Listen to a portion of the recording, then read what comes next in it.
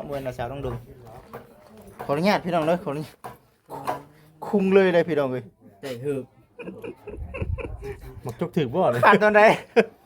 แต่เคิบเลย อันนี้ขออนุญาตพี่น้องเนาะบุญโทรใส่พวกเชื่อมาได้นี่ แต่ปกติบ่แฮงเนาะ ข่อยพามือเด้อมื้อนี้ มีปอกลิตอีก มีเยอะนะมีปกลิต แม่นข่อยพามือเด้อ หนึ่งถึงครึ่งอยู่หรอ ครึ่งค่ะครึ่ง เนาะ ถือว่าโอ้สิห้อยต่างได้เฮ็ดนั่นเอาอันมันจังได้กินไว้จูไผขึ้นแล้วก็อันน่ะดาดเอาหนะน้องดาดเอามักบ่ได้ขนมนี้ก็สิกินอีก ปลากระป๋อง ขอขึ้นน้ำนี่ได้สั่ง ปลาตรงนี้มาขึ้นมา ขึ้นหาวิวก่อน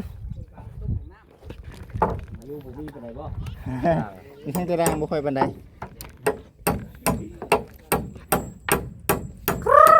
พี่น้องเอ้ยพอขึ้นมาแล้วก็มันก็บ่ได้ต่ำเด้อพี่น้องเด้อ 70เนาะ เออเฮ้ขึ้นมาให้เมียน่ะจุ่มก่อนพี่น้องเอ้ย เป็นยังว่าจะขึ้นสูงหลายบ่ แม่นเจ้าฮู้บ่ข่อยเป็นห่วงว่าซั่นนะใครอยู่คำว่าเว้าแบบนี้เนาะแต่กระจายเอาฮะคือสิประมาณนี้แหละพี่น้องผู้ทั้งน้องเพิ่นคุ้มภัยเฮ็ดน้ำนั่งน้ำพี่น้องเด้อ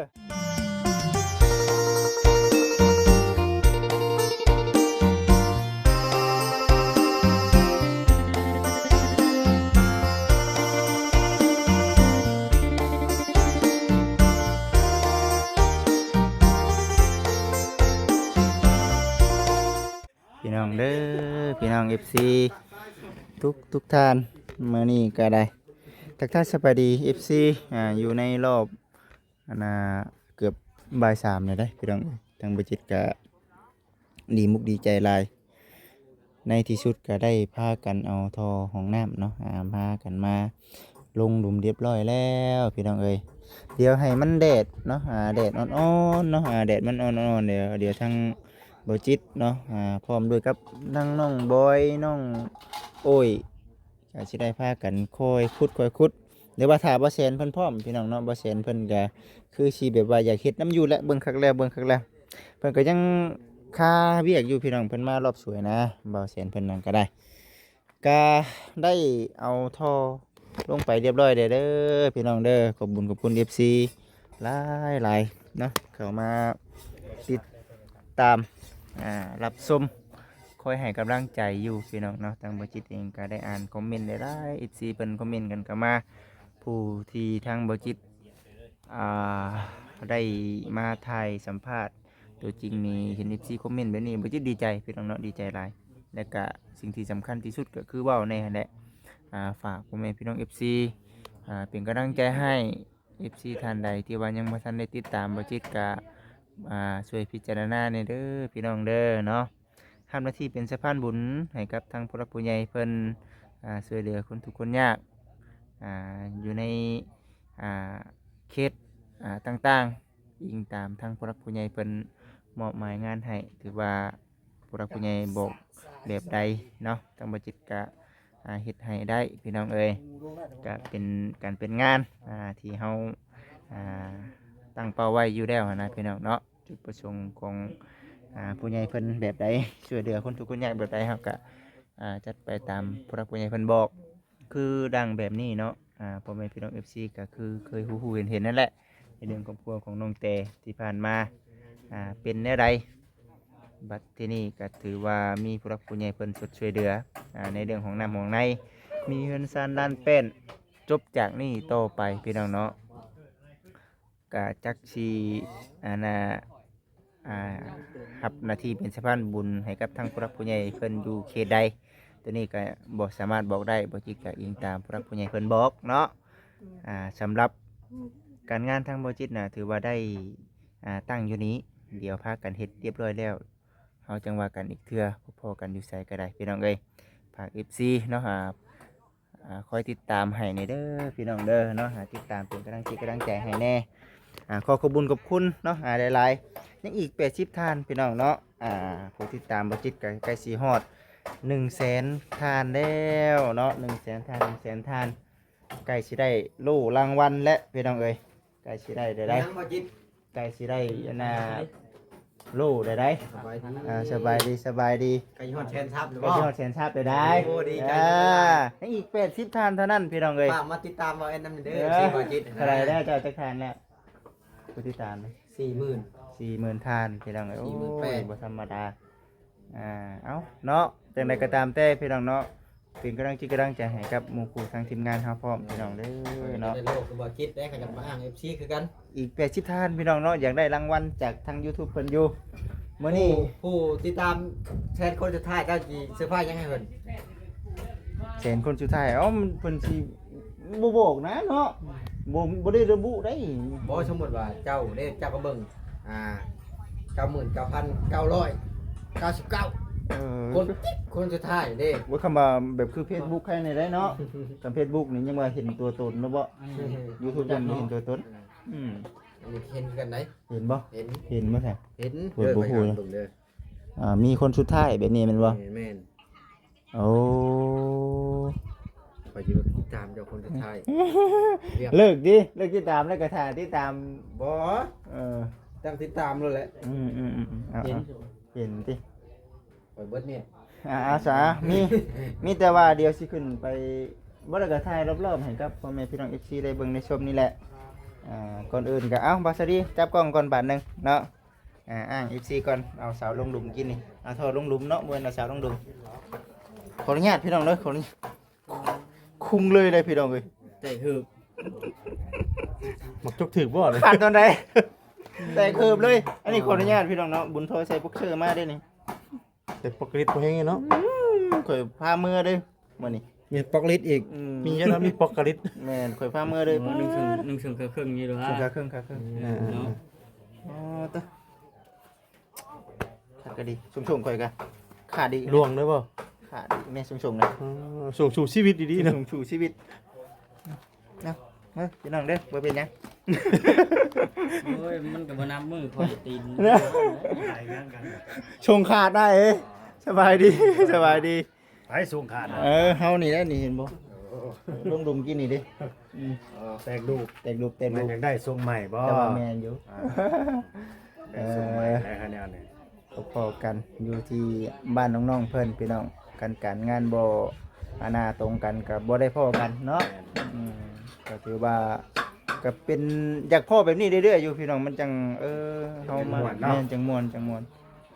ส่วนมากมันสิบ่ได้ไปนํกันแบบนี้นะส่วนมาก แม่นโดนเจอกัน โดนเจอ เจ กัน เจอกันพี่น้องเนาะ สบายดีไปซะเดี๋ยวเฮาไปหาน้องๆเพิ่นก่อนเนาะโอเคพี่น้องเอ้ยพากันเฮ็ดกินแล้วบ่น้องๆเอ้ยมื้อนี้ทำเมนูอะไรน้องบอยสิเฮ็ดเมนูหยังให้แม่กินมานี่ฮะสบายดียังบ่ได้กินบ่ข้าวเที่ยงนะยังบ่มีได้กินบ่ เธอเอาใกล้แล้วพากันเฮ็ดนี่แหละนี่เมนูหั่นดิหั่นเราได้เนาะอย่าซับได้เหยเนาะอันนี้สีตากแดดบ่นี่สีตากแดดได้นี่ตัวทางเบาดีก็เงียบแท้เบาดีนี่เงาจ้ะนี่เนาะ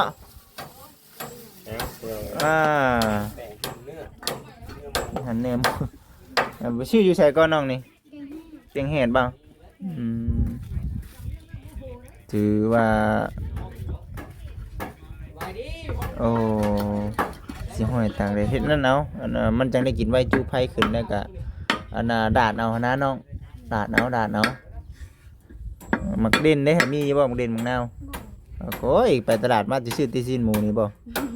บ่ซื้อสมน้ำในเหรอตากแดดหั่นแหละพี่น้องเบิดดิน้องตากตอนน่ะคักก็ดี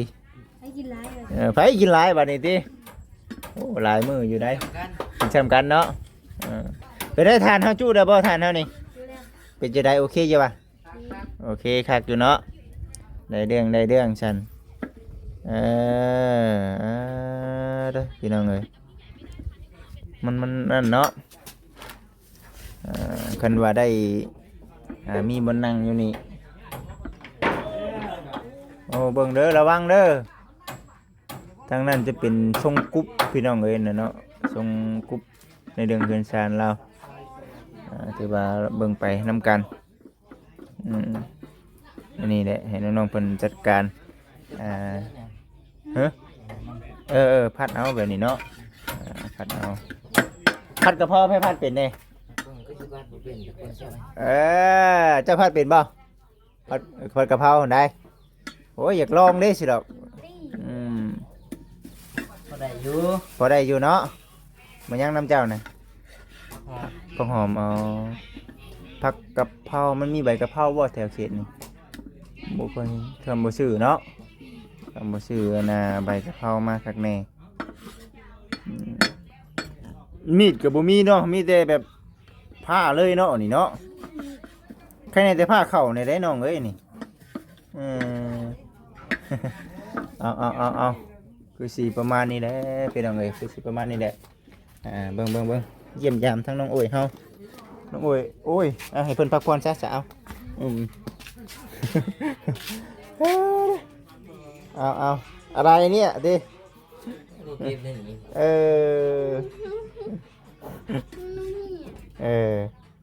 รักษาไว้ไปสิขึ้นไปถามน้องโอ้ยให้เพิ่นพักผ่อนก่อนเดี๋ยวสิไปเยี่ยมเบิ่งทางนี้ก่อนเด้อจูไผ่เด้อน้องบอยจูเพิ่นจูไผ่แหละเฮ็ดอยู่เฮ็ดกินแล้วจังหน้าบุกเบียกต่อพี่น้องเนาะสิแลการงานเฮาพี่น้องเนาะเฮ็ดอยู่แถวเฮือนชาตินี่ถือว่าโอเคอยู่มื้อนี้ก็คือว่าเด้อพี่น้องเด้อมื้อนี้เด้อเนาะทางหมู่เพื่อนเนาะเพิ่นได้พากันเฮ็ดเฮือนเฮ็ดชานถือว่าโอ้สิแลจังหวะทั้งนี้ก็เฮ็ดข้างนี้ก็เฮ็ดแต่มันม่วนกันพี่น้องเนาะช่วงสร้างบ่ทันมาก็เป็นสีเงาๆได้เนาะสบายดีโดยอยู่ชายเตียงฮักกินนี่เด้อสอดเบ็ดบ่ให้เจ็บคักแท้นี่บ่ลงมันลงพร้อมกันดินี่เนาะพร้อมกันเลยม่องเลยนะตึ๊บพอน้ำหนักมันสำคัญได้คนนั่งหอบเตียงเนาะกินต่อได้สบายดีบ่ทันได้ดูได้อย่างกินต่ออีกดิเจ็บคักเจ็บแน่ดิพี่น้องบ่มีไผเอาแข้งเข้าไปขวางแม่นได้เจ็บหลายเติบอยู่จัดการโอ้ยเนาะเดี๋ยวข่อยสิมาถ่ายตัวนี้นั่งโน่นเจ้านี่รวดเร็วบ่ช่างข่อยรวดเร็วดินี่เนาะจดจัดมื้ออื่นมุงบ่สร้างโอ้ยายแป้นมีแต่เบาดีสั่งเครื่องมายายแป้นข่อยสิยายแป้นซอยโอ้ยแป้นสิแป้นนี่ก็ตัวเก่าแน่มันยังบ่แล้วเนาะให้ทั้งนั้นขึ้นก่อนจังหน่อยค้อนตกใส่หัวเบิ่งไปพี่น้องไงเนาะลงมาข้างล่างก่อนเป็นบ่ที่นี่ครับไม่สิระวังได้เนาะ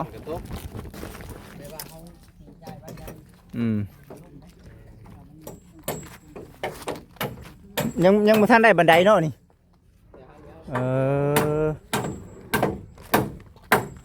บันไดสำรองกับช่างยังบ่ได้มีเวลาเฮ็ดช่างก็ยังบ่มีเวลาเฮ็ดเนาะบันไดสำรองก็ได้ขออนุญาตพี่น้องเอ้ย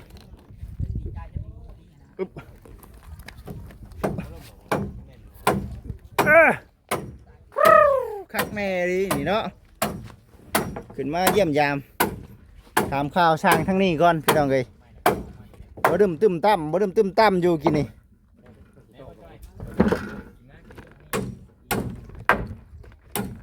มื้อนี้มีลูกมีบ่มื้อนี้บ่ได้ขนมมีก็สิกินอีก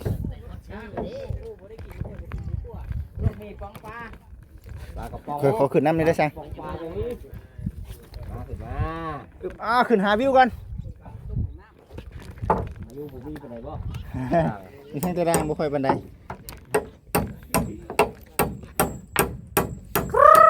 พี่น้องเอ้ยพอขึ้นมาแล้วก็มันก็บ่ได้ต่ำเด้อพี่น้องเด้อ70แล้ว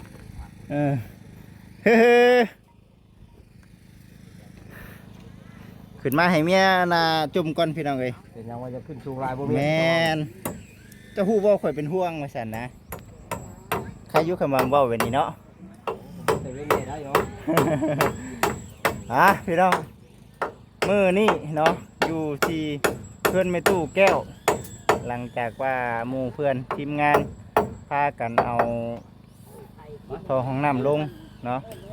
กะเยี่ยมยามสามไทยทั้งน้องๆเนาะน้องๆเพิ่นก็ตอนนี้กำลังเฮ็ดอยู่เฮ็ดกินพี่น้องเอ้ย ได้ยังไม่กินเลย น้องเพิ่นชื่ออันนั้นมั้งชื่อชิ้นหมูบ่ชื่อชิ้นหมูบ่ขึ้นมาได้ก็บ่ได้นั่นนี่เนาะมันบ่ได้ต่ำนี่นี่ แม่นสูง สูง พอดีเพียงหลังคาเพื่อนน้องเตะเลยเนาะ แม่นทำการอันนี้ความสูงนี่โอ้ย เสาโต้เราไม่คิดตั้มด้วยเนาะ แม่น แต่เสาหันโต้หันได้ ตั้ เนาะ งแต่เสาตัวรุมเด้แต่อันนี้เพิ่นเฮ็ดตัวอันนี้นะเสาตั้งมันสูงเนาะได้เรื่องคักอยู่ดอกนี่เนาะพี่น้องเอ้ยไวอยู่นะจวดจาดแป๊บเดียวสร้างเฮาพี่น้องเอ้ยถือว่าได้พากันอันน่ะตอกแล้วตอนนี้ก็ได้ห้องน้ำเนาะห้องน้ำเพื่อนไม่ตู้เกี่ยวก็อยู่นี่ ไม่ได้แม่เสือกนะแป๊บนึง โอ้เพิ่นมีจักรไฟฟ้าเด้น่ะเนาะจักรปั่นไฟเนาะ มีเสือกปั่นให้ คือมีเครื่องปั่นไฟเด้อ ได้แล้วจ้ะ คือตั้งแต่เฮานี่ปั่นมือ หน่วยงานเขายังบ่ทันมีเนาะ ยังบ่มีบ่นี่ยังบ่มีบ่เฮ็ดงามก็ได้ซ่าเนาะ ยังบ่ทันได้เจริญเด้ บ่เครื่องหนึงมันแพงบ่ เอาพันบาทเขาได้บอกกลัวได้ปั่นเป็นหมื่นบาทกันปั่น 10,000 บาทอ๋อ รับหมื่น เฮาซื้อน้ำมันเนาะ ใส่น้ำมันแล้ว ซื้อน้ำมันอันนี้มันสำหรับไปให้ไปหน้าได้พี่น้อง ไปเฮ็ดบ่อนชนบทว่าซั่น อืม ป้าบ่ทันได้ก็แม่นเอาตัวนี้ไปแก้ มันเป็นระบบหัวฉีดบ่ แน่ใจกันใส่ กำระบบหัวฉีดยังว่าประหยัดในเด้เฮ้ย ว่าสีเลือนแล้ว ฮะบ่แม่นหัวฉีดบ่ เอาแหละผูกมันเข้มแน่ เอาเลยคำบ่แม่นหัวฉีดเปลืองเด้เนาะ ผูกแล้ว อืม โอ้ย ใช่น่ะ ผูกเผือกงานเด้เอาไปได้ไหม เจ้าบ่ได้มัดบ่มัดได้บ่ แล้ว อ๋อ ดึงมัดแล้วก็บ่บอก อืมกะเบิ่งไปพี่น้องเอ้ยเนาะเบิ่งไปเบิ่งลุกขึ้นมาทางนี้สัญญาณสิแฮงบ่นี่โอ้เต็มเด้อพี่น้องเด้อข่อยมุ้งขึ้นมามุ้งน้ำเด้อสำหรับเบิ่ง ก็มีสัญญาณติก็จะให้มีสัญญาณเนาะ มีสัญญาณ เ เกณฑ์กันขึ้นมารถพวกได้สัญญาณบ่ค่อยแห้ง อยากให้แบบว่าคนหุ่มคือผมกินนี่เนาะขึ้นมาเทิงนี่ เห็นบ่ห้องน้ำลงแต่แล้วจนค่อยไปบ่เห็น จะเพิ่นเฮาท่อติบ่ ดีใจน้ำ ดีใจนำบ่ขึ้นมาหลายก็ย่านได้ย่านมันฮักได้ บ่เห็นบ่เตียงเนาะ หมออีหลี กำลังกินญาติกินตำบักแตงพอดีตำบักแตงบ่ควัก บ่แห้งติจะสิกินหยังได้ติเที่ยงนี่เนาะคำว่ามันค่อมเนาะ ตำบักแตงแล้วสิเอาต้มมีมานะ โดยพี่น้องเด้อเนาะกะสิประมาณนี้แหละทางบ่จิตก็ได้มาเพิ่น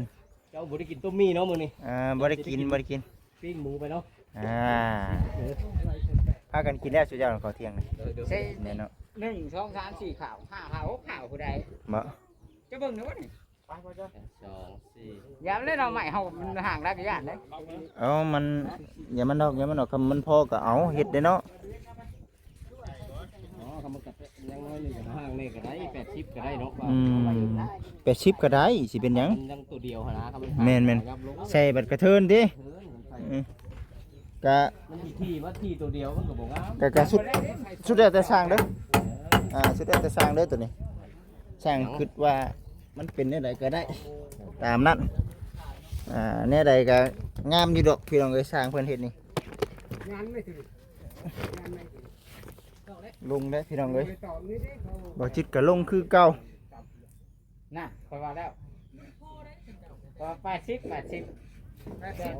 60จะว่าให้ว่า60โอ้โหนี่นี่เอา60ว้าย คือกันเด้ง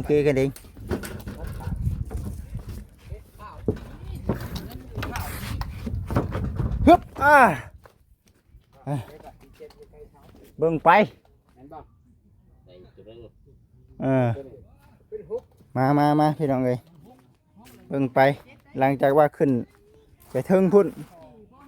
โดดมาหาน้องๆเพิ่นถือว่าตอนนี้ก็กำลังเนาะจูพายอีกแล้วทั้งนั้นคนกระดูกกลัวทั้งนั้นเนาะเผาขี้เหงื่อพี่น้องเลยเผาขี้เหงื่อลมบ่อยู่เห็ดกิน ทุกคนนี่เอาเลยเนาะ ดุกว่าบ่าวตุกนี่พอเฮงได้เนาะอยู่หันแบบนี้พี่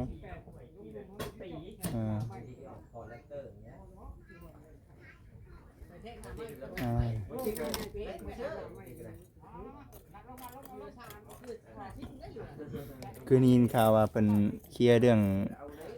นางกับน้องโอ๋ยบ่คงกินนี่ชี้แจงให้ FC เพิ่นฮู้เนาะแม่นบ่แต่ว่าในความจริงน่ะขายแน่นอนแม่นบ่น้องเพิ่นตัวเก่านี่ขายได้เนาะขายแน่นอนแต่ว่าทางนางเราก็ชี้แจงให้FC ให้เข้าใจนะว่ามันเป็นแนวนี้ว่าซั่นนะเด้สั่น จนชันอยากกินข้าวติน้องมึงดูหาชึบใส่ระบาดนี่มันล่มได้น้องเลยเจ้าคือบุกไว้บนอากาศสิเปลี่ยนไหมคือว่าเด้พี่น้องเอ้ยเนาะมื้อนี้ก็ได้มาหาน้องๆเพิ่นไปเพิ่นบอกอยู่ว่าราคาเท่าไหร่ก็ทำเพิ่นขายนะเนาะ 6,000 บาทพี่น้องเอ้ยเนาะบ่ได้ซ้ำบ่น้อง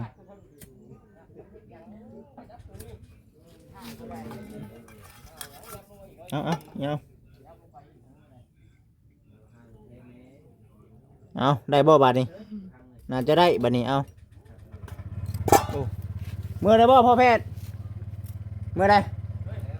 โอเคเดินทางปลอดภัยเดี๋ยวเมื่อตามหลังบ่แซนบ่มา